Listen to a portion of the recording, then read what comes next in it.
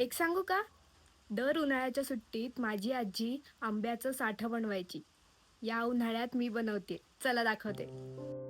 उन्हाळा हा शब्द जरी ऐकला ना तरी डोळ्यासमोर पहिलं येतं ते म्हणजे आपलं गाव. मोकळं अंगण, आंब्याची झाडं आणि आजीच्या हातचं आंब्याचं साठं. आपल्या सगळ्यांच्या आज्यांच्या हाती देवाने काही वरदानच दिले जणू. मे महिन्याची सुट्टी सुरू झाली की आमची बाग आधी भरायची आणि मन आधीच बागेत पोचलेलं असायचं. गावी जाताना रेल्वेच्या खिडकीतून दिसणारी हिरवी शेती, लाल रस्ते आणि गावाजवळ आलो की हवेतून येणारा आंब्यांचा सुगंध. तेव्हा कळायचं आता खरी सुट्टी सुरू झाली. गावी गेलो की घरासमोर असलेलं मोठं सारवलेलं अंगण आणि आजूबाजूला आंब्याची झाडं आणि मधोमध एक कौलारू टुमदार घर. आंब्याच्या झाडावरून धपकन आंबा पडल्याचा आवाज आला की पळत सुटायचं आणि ज्याच्या हाती तो आंबा लागला तो त्याचा. मग कुणीतरी घरून ओरडायचं, अरे धुवून खा. पण एकदा आंबे पिकायला लागले की ऊनही भरपूर असायचं, अंगणं तापायची, कौलं तापायची आणि मग आजीचा एक उद्योग मात्र असायचा, आंब्याचं साठं बनवणे.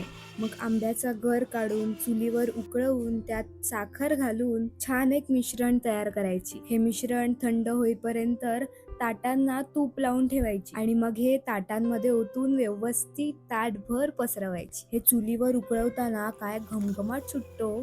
सगळीकडे सुमधुर आंब्यांचा सुगंध पसरलेला असतो. मग त्या ताटांमध्ये साठं अगदी 2-3 दिवस कडक उन्हात कौलांवरती अंगणात वाळत असायची. बरं, ही अंगणात वाळत घातलेली साठं चोरीही होतात हा. साठं चोरणारे आमच्यासारखे घरचेच असतात. पण ही गायब झालेली आंब्याची साठं आजीला लक्षात नाही यायची. पण क्वचित कधीतरी एकदा तिला ते लक्षात यायचं, पण ती दुर्लक्ष करायची. कदाचित तिलाही माहीत असावं की आमच्यातलंच कोणीतरी असेल किंवा वयोमानानुसार ती विसरतही असेल.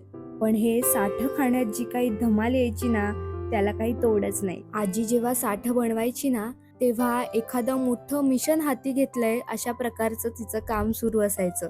मोठं भांड भरेल एवढा आंब्याचा गर काढायची, गडद पिवळा अगदी सोन्यासारखा चमचमणारा, आणि त्यात साखर घालून जेव्हा ती रस शिजवत ठेवायची ना तेव्हा मोठ्या लाकडी डावानं तो ढवळत राहायची. आम्ही करायचो तिला मदत, पण मग 1-2 मिनिटात हात दुखून यायचे. मग ती हसून म्हणायची, अगं चवदार गोष्टी बनवायला संयम लागतो, घाई केली की मग तो पदार्थही रुसतो. आंब्याचं साठं खडखडीत वाळून जेव्हा तयार व्हायचं ना तेव्हा तिचा रंग अगदी सूर्यास्तासारखा व्हायचा आणि आत्ताही तसाच झालाय.